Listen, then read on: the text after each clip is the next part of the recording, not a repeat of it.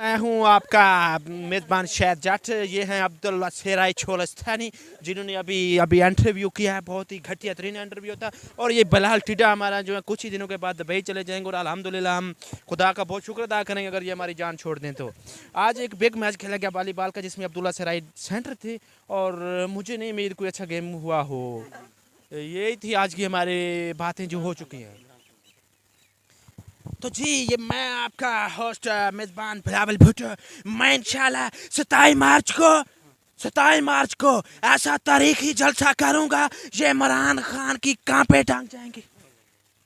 मैं आपको बता रहा हूँ, ये सिंध, ये पंजाब, ये कराची, ये बलोचिस्तान, ये चोलिस्तान हमारा है। बीबी शहीद ने कुर्बानी दी है, पर भुट्टो शहीद, भुट्टो जिसका ये नारा था, रोटी मकान और जूता। रोटी कपड़ा और मकान। रोटी कपड़ा और मकान, सॉरी जूता नहीं है। जूता नहीं। ये आप देख सकते हैं, अभी मैंने सिर्फ ये ऐलान किया है कि 27 मार्च को बिलावल इमरान के खिलाफ धरना देगा। लाखों माम खड़ी है, कैमरा घमा, लाखों माम खड़ी है, देख सकते हो आप।